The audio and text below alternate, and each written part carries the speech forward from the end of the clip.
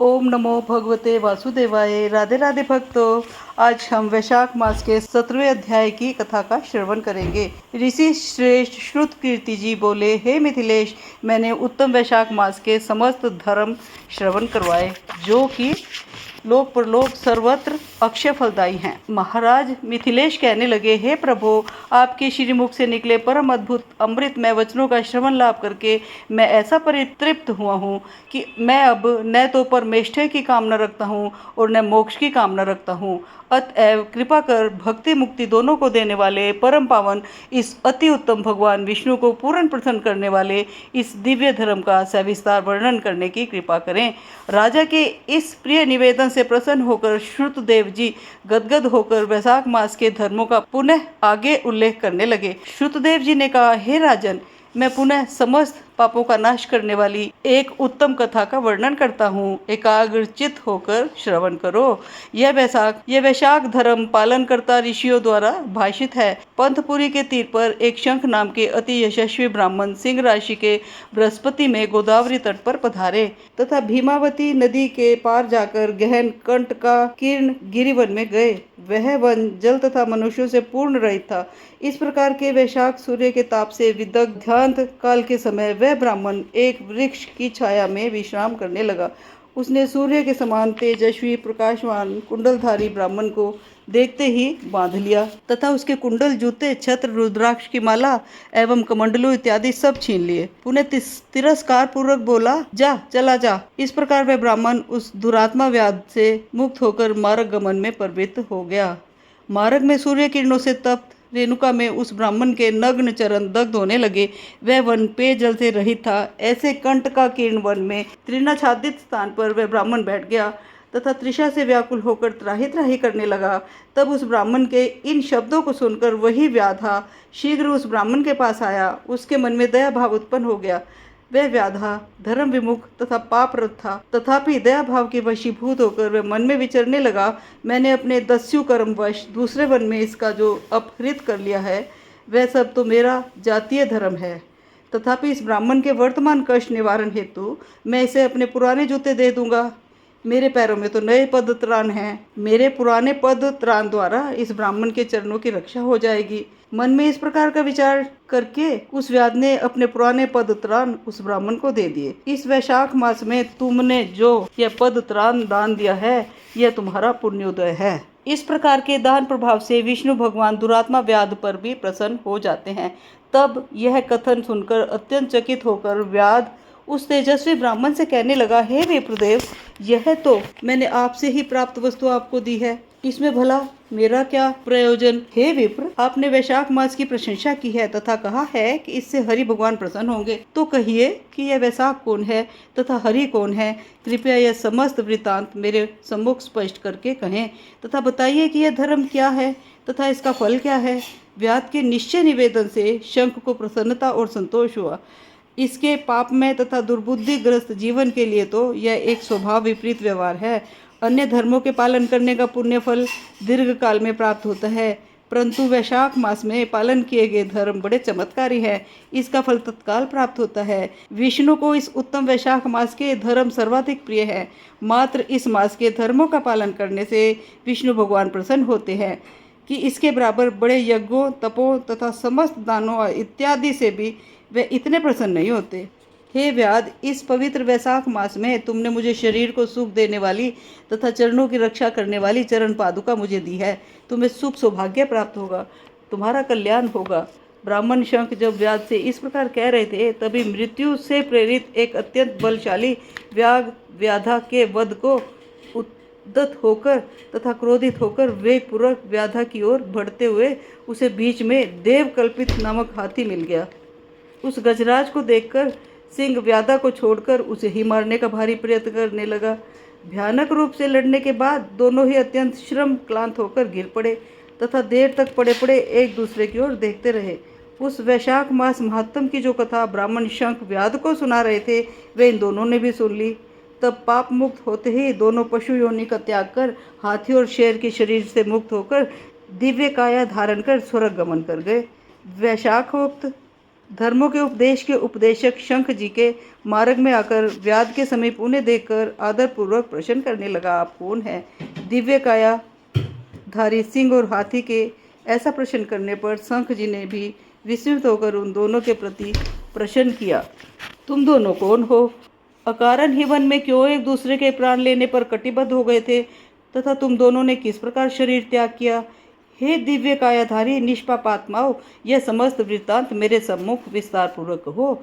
इस प्रकार आग्रह करने पर वे दोनों कहने लगे, पूर्ण विवरण के अनुसार मातंग ऋषि के दंतिल और कोहल नाम के दो पुत्र उत्पन्न हुए। शाप दोषवश इन दोनों के इन नामों का नामकरण हुआ था। दोनों ही रूप यौवन संपन्न, समस्त विद्या विशारद, समस्त कला निपुण, धर्म पालक, सदाचारी तथा दृढ़ धर्म व्रती थे। एक बार उनके पिता वेद ज्ञानी धर्मज्ञ ब्रह्म ऋषि मातंग ऋषि ने उनसे कहा, हे पुत्रों, माधव भगवान को अत्यंत प्रिय इस माधव मास में प्याऊ लगाने का प्रबंध करो, शुद्ध शीतल जल तथा खाद्यान्न का दान करो। ब्रह्म मुहूर्त में मधुसूदन भगवान के निमित्त स्नान कर माधव भगवान की मनोहर कथा का श्रवण करो। इस प्रकार के अनेकों दृष्टांतों तथा उपदेशों द्वारा हमारे पिता ने हम दोनों को उपदेश दिया, किंतु दुर्भाग्य और दुर्बुद्धिवश हम दोनों ने उनके उपदेश पर ध्यान नहीं दिया। दंतिल और कोहल अर्थात हम दोनों ने क्रोध से मदोन्मत्त होकर पिता को देखा। मुझे अर्थात दंतिल को सर्वाधिक क्रोध था, कोहल भी क्रोध विहल हो रहा था। तब हमारे धर्मानुरागी पिता ने हम दोनों को श्राप दे दिया। वे बोले, धर्म विमुख पुत्र, निष्ठुर तथा कटु वचन वाली भार्या एवं धर्म विमुख राजा का तत्काल परित्याग कर देना चाहिए। ऐसा न करने वाला पाप भागी होता है। ऐसा विचार कर उन्होंने कहा, हे दंतिल, अपने उग्र क्रोध के कारण तू पशु योनि में सिंह का जीवन प्राप्त करेगा तथा क्रोध से मदमत होने के कारण कोहल हाथी की योनि को प्राप्त करेगा। तथा पिता का यह श्राप सुनकर हम दोनों घोर भयभीत हुए तथा दुखी हो गए। हम दोनों ही पिता से प्रार्थना करने लगे कि वह हमारे शाप मोचन की व्यवस्था करे। तब हमारे पिता ने हमें शाप से मुक्त होने का साधन बताया। पिता ने हम दोनों से कहा, पशु योनि को प्राप्त करते ही कुछ अवधि व्यतीत होने के पश्चात ही एक समय तुम दोनों एक दूसरे को मारने के लिए उद्यत हो जाओगे। उस समय दैव कृपावश व्याग तथा शंख ब्राह्मण का वैशाख धर्म महत्तम बखान संवाद तुम्हारे कानों में पड़ेगा। तब उस महान महत्तम श्रवण से तुम दोनों ही पशु योनि से मुक्त होकर पूर्व शरीर धारण कर मेरे पास आ जाओगे। मेरा वचन वृथा नहीं है।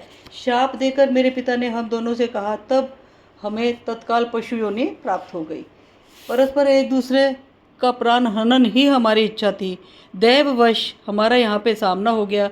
इसी क्रम में हम दोनों ने आपके वैशाख महात्म वर्णन के दिव्य संवाद का श्रवण भी कर लिया। इस महात्म श्रवण के दिव्य संवाद द्वारा हमारी तत्काल मुक्ति हो गई। इस प्रकार विप्रशंख से समस्त वृत्तांत कहकर तथा इन्हें नमस्कार करके उनसे आदेश प्राप्त कर दोनों भाई अपने पिता के पास चले गए। व्याध बोला, हे विप्र श्रेष्ठ, मैं घोर पातकी तथा क्रूर दुरात्मा हूँ। आपने मुझ पर कृपा कृतार्थ किया। मैं कुल गोत्र शील से हीन व्याध, मेरी बुद्धि तथा गति इन सब से रहित थी। जो कुछ भी हुआ वह सब आपका ही कृपा प्रसाद है।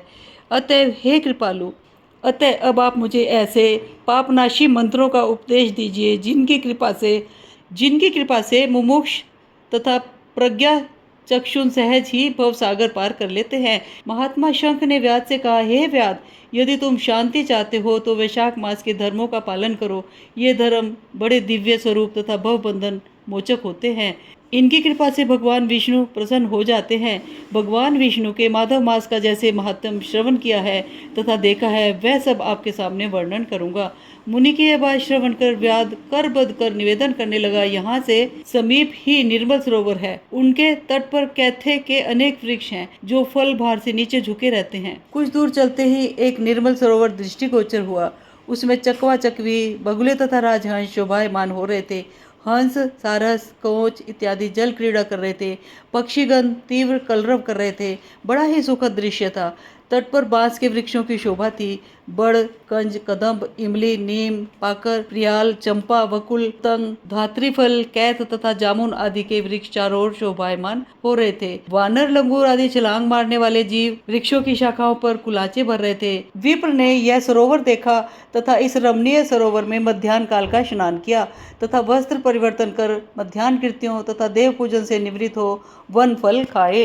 हे व्याध, धर्म तो अनेकों हैं, परंतु किस धर्म श्रवण की कामना रखते हो? अब तुम्हारी जो भी जिज्ञासा हो वह स्पष्ट कहो। इस पर व्याध कर बद कर बोला, हे महात्मन, किस कर्मवश मुझे यह व्याध की तमोगुनी योनि प्राप्त हुई है तथा पुनः किस कर्म यश मुझे सद्बुद्धि तथा सत्संग प्राप्त हुआ है। हे प्रभु, मुझ पर आपकी कृपा का क्या कारण है। व्याध का निवेदन सुनकर शंख मुनि हंसकर मेघ सदृश गंभीर स्वर में बोले, श्री वत्स गोत्र में तुमने स्तंभ नाम से जन्म लिया था। एक गणिका के प्रेमवश तथा उसके संपर्क दोषवश तुम ब्राह्मण्य कर्मों का त्याग कर शूद्रवत रूप में घर आते थे। तुम्हारी पत्नी साध्वी ब्राह्मणी बड़ी रूपवती थी। वह वैश्य सहित तुम दोनों की सेवा करती थी। तुम्हारी शुभाकांक्षिनी पत्नी वैश्य सहित तुम दोनों के चरण प्रक्षालन करती थी। तुम दोनों पर्यंक पर शयन करते थे, वह साध्वी भूमि पर शयन करती थी तथा तुम दोनों के आदेश पालन में सदैव ही तत्पर बनी रहती थी। वैश्य द्वारा निषेध करने पर भी वह साध्वी धर्म पालन में तत्पर बनी रहती थी, प्रतिव्रत धर्म में दृढ़ थी तथा तुम दोनों की पूर्ण सेवा करती रहती थी। इस दुसह दुख को सहन करते हुए दीर्घ काल व्यतीत हो गया। एक दिन तुमने भैंस के दूध के साथ मूली का एक साथ भक्षण किया। इस प्रकार भक्ष्य अभक्ष्य एवं तिल को एक साथ खाया तथा इस अपथ्य तथा विरोधी आहार वश तुम्हें दस्त और वमन होने लगे। इस अपथ्य आहार वश तुम्हें भयानक दुखदायी भगंदर रोग भी उत्पन्न हो गया। घर में धन द्रव्य आदि के रहने तक तो वह गणिका तुम्हारे साथ थी, परंतु जब तुम बीमार रहने लगे तो वह समस्त धन लेकर तुम्हें छोड़कर भाग गई। तब तुम्हें पश्चाताप हुआ तथा दीन स्वर में ब्राह्मणी से तुमने कहा, हे देवी, मैं बड़ा ही नीच पातकी तथा पाषाण हृदय हूँ। अब मुझ अधम गणिका आसक्त की तुम रक्षा करो। जो अधम प्राणी अपनी विनम्र साध्वी पत्नी का सम्मान नहीं करते हैं वह 15 जन्मों तक पुंसत्वहीन होते हैं। तुम्हारे पश्चाताप करने पर वह साध्वी करबद्ध होकर तुमसे बोली, हे स्वामी, आप मेरे प्रति दीनता का व लज्जा का अनुभव मत करो। इस प्रकार की स्थिति को सहन करने वाली स्त्री साध्वी तथा पति परायणा होती है। आप व्यर्थ ही पश्चाताप विदिग्ध हो रहे हैं। यह तो पूर्वकृत पापों का उदय है। तत्पश्चात वह साध्वी अपने पिता एवं बंधु बांधवों से धन द्रव्य आदि लाकर तुम्हारी तथा शेषशाही भगवान विष्णु की सेवा साधना में एक साथ लग गई।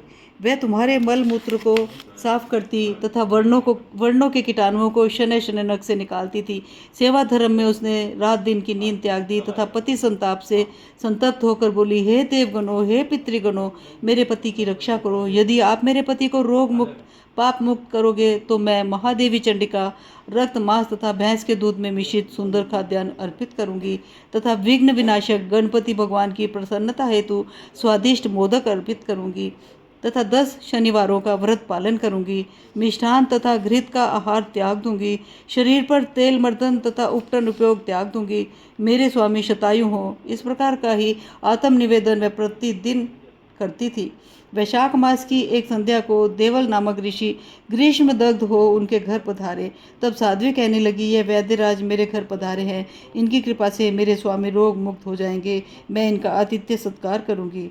वह उनके चरण प्रक्षालित कर शीश पर छिड़कती है। उसने ग्रीष्म दग्ध मुनि को शरबत पान कराया। इससे उन्हें सुख शांति की प्राप्ति हुई। दिवस उदय होने पर वह मुनि जैसे आए थे उसी प्रकार प्रस्थान कर गए। इसके कुछ दिन बाद भी, हे व्याध, तुम्हें सन्निपात का रोग हो गया। तब तुम्हारी पत्नी तुम्हें पिलाने के लिए त्रिकुटा लेकर आई। इस कार्य में उसकी एक उंगली तुमने काट ली। तभी तुम्हारी दांती जकड़ गई। पत्नी की कोमल उंगली का एक भाग तुम्हारे मुख में रह गया तथा इसी दशा में तुम्हारा प्राणांत हो गया। अपनी शैया पर उसी गणिका का स्मरण करते हुए तुमने प्राण त्यागे। तुम्हें मृत जानकर तुम्हारी रूपवती सुलक्षणा पत्नी अपने कंकन का विक्रय कर दाह संस्कार हेतु बहुत सा ईंधन खरीद कर लाई तथा एक विशाल चिता निर्मित कर पति के शव को रखा। बाहुओं से बाहु, चरण से चरण तथा जंघा से जंघा मिलाकर पति शव का दाह संस्कार किया तथा स्वयं भी जीवित अग्नि समाधि लेकर पति के शव के साथ सती हो गई। पति के मृत शरीर का अग्निचिता में आलिंगन कर उसने श्री विष्णु लोक प्राप्त किया और तुम अंतकाल में गणिका स्मरणवश अंतकाल में शरीर त्याग के पश्चात इस दुखदायी योनि अर्थात व्याध जीवन को प्राप्त हुए। तुम्हें सदैव हिंसा ही प्रिय है। तुमने वैशाख मास में पत्नी द्वारा ऋषि को शरबत पान करवाने की अनुमति दी थी। इस कारणवश तुम्हें इस व्याध जीवन में सद्बुद्धि प्राप्त हुई। इसी की प्रेरणावश तुमने समस्त सुखों को देने वाले धर्म का महात्म पूछा। इस प्रकार मैंने तुम्हारे पूर्व जन्मकृत समस्त सत्कर्मों तथा दुष्कर्मों का वर्णन कर दिया है। अब यदि किसी अन्य गूढ़ विषय या गुप्त वार्ता को समझने की तुम्हारी जिज्ञासा हो तो वह भी संकोच मुक्त होकर मुझसे स्पष्ट कहो। तुम्हारा हृदय निष्पाप तथा निर्मल हो गया है। हे सन्मते, तुम्हारा कल्याण हो, तुम्हें सद्गति प्राप्त हो। ओम नमो भगवते वासुदेवाय।